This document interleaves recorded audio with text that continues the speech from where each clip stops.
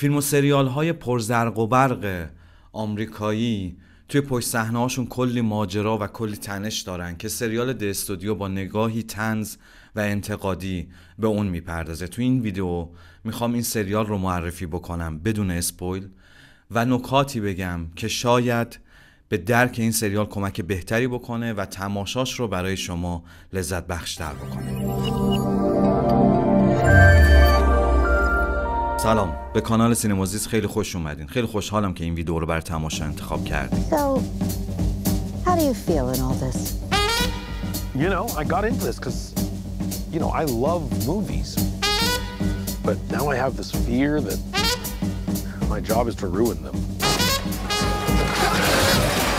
سریال درباره مت رمیکه که به تازگی به عنوان مدیر استودیو کانتیننتال منصوب شده و میخواد بین خواسته‌های تجاری و تمایلش برای تولید آثار سینمایی هنری‌تر و با کیفیت‌تر تعادل برقرار کنه و این تعارض باعث میشه لحظات کمیکی شکل بگیرن. امتیاز منتقدان این سریال توی سایت روتن تومیتوز 93 هست و توی همون سایت مخاطبان عادی بهش امتیاز 71 رو دادن. یکی از جذابیت‌های سریال اینه که چهره‌های شاخص سینمای هالیوود مثل مارتین اسکورسیزی و ران هاوارد در نقش خودشون تو سریال بازی میکنن، لحظات کمیکی شکل میگیره.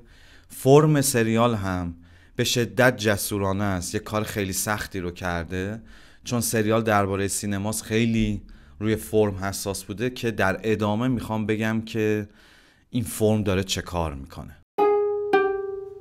توی سریال د استودیو سینما عرصه نبرد بین هنر و تجارته. از یک طرف مت رمیک یک دلباخته سینماست و فیلم‌های بزرگ سینمایی رو دیده و به اونا عشق می‌ورزه. از طرف دیگه وقتی مدیر این استودیو شده، حالا فشارهای مالی به وجود میاد، انتظارات هیئت مدیره هست، این پلتفرم‌های استریم ویدئو و فیلم به شدت نیاز دارن که کارها با سرعت بیشتر و با سوددهی بالاتر تولید بشن و همین باعث میشه که بعضی از بت‌هایی که همیشه به عنوان الگوی خودش توی سینما داشته رو به دست خودش ویران بکنه و از این ماجرا یک کمدی فوق‌العاده جذاب ولی اعصاب خورد کن به وجود میاد. یکی از چیزهایی که از همون اول با همون شروع سریال توجه شما رو به خودش جلب میکنه برداشت‌های بلنده، اون چیزی که بهش میگیم پلان سکانس یا برداشت‌های یه تیک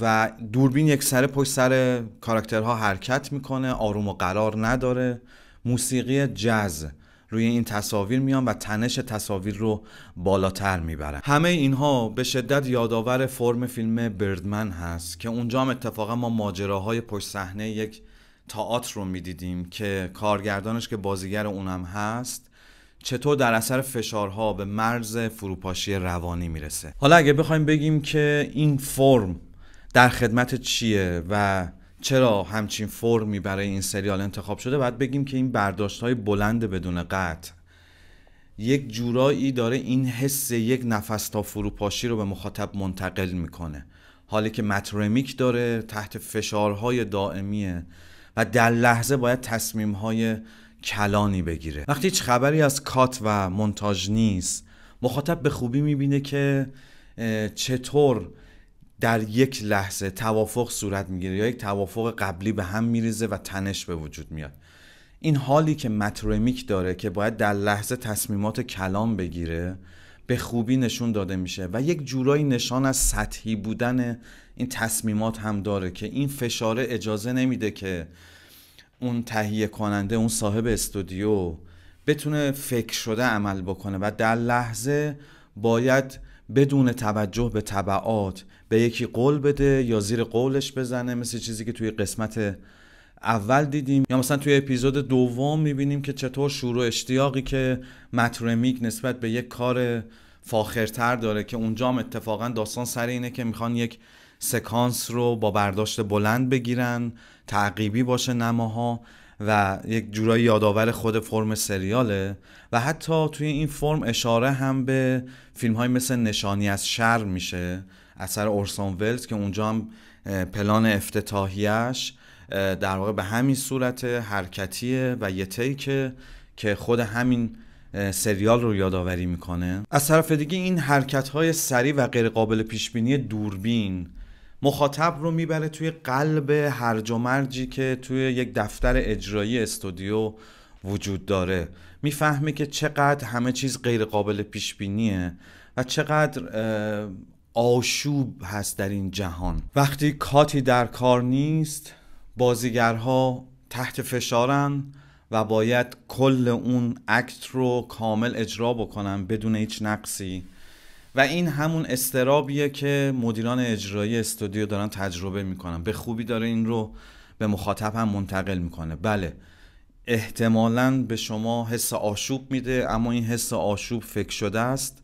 میخواد که شما در قلب اون پشت صحنه‌های پرتنش فیلم‌های سینمایی و سریال ها قرار بگیریم. ضرباهنگ پیوسته موسیقی جاز که عمدتاً با ساز درامه، حالا غیر از قسمت 4 که یک فضای نوآر رو میخواد به تصویر بکشه و سازهای دیگه اضافه میشن، این ضرباهنگ پیوسته انگار میخواد دنیای بیقرار پشت صحنه فیلم ها و سریال ها رو به ما منتقل بکنه و انگار اون ضربان قلب این آدم ها که در اثر اضطراب و استرس دچار ضربان بالاست رو به ما منتقل میکنه. به لحاظ روایت شما هیچ کدوم از این کاراکترها رو در حال خواب نمیبینید، یعنی تمام عواملی که پشت صحنه فیلم ها هستن دائم در حال کار کردن، مذاکره کردن و اینجور چیزها. میخواد نشون بده که این اضطراب اصلا اجازه آرامش رو به اینها نمیده.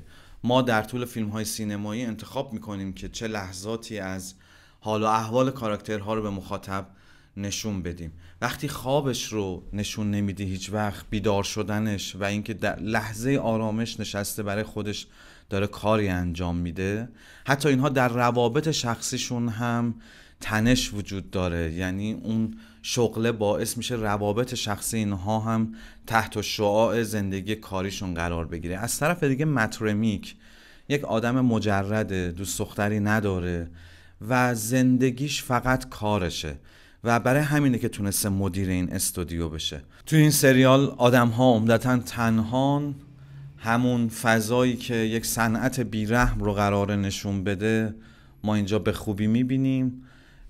روابط کاری منجر به دوستی نمیشه، پر از سودجویی. آدم ها راحت میتونن دیگران رو کنار بگذارن برای منافع خودشون، زندگی حرفه یکدیگر رو نابود بکنن. دقیقاً مثل عرصه یک نبرده. اگه از من میشنوین، این سریال ارزش تماشا داره، مخصوصاً اگر به سینما علاقه‌مندین یا به در دنیای اینفلوئنسرها و آدم‌های معروف.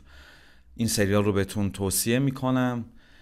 ممکنه این برداشت‌های بلند و دوربین بیقرار کمی شما رو اذیت بکنه، تنش سریال خیلی بالاست، اما فوق‌العاده در رسوندن فضا و حسی که لازم داره به ما موفقه. جنس کمدیش جنس باحالیه، از در واقع تشابه‌های تصویری استفاده میکنه، دیالوگ‌ها، حتی یک جاهایی یک کاراکتر مدل اسلپستیک، کمدی اسلپستیک، یک کیکی تو صورتش میخوره، یک غذایی در واقع روی صورتش میخوره و روی کتش میریزه.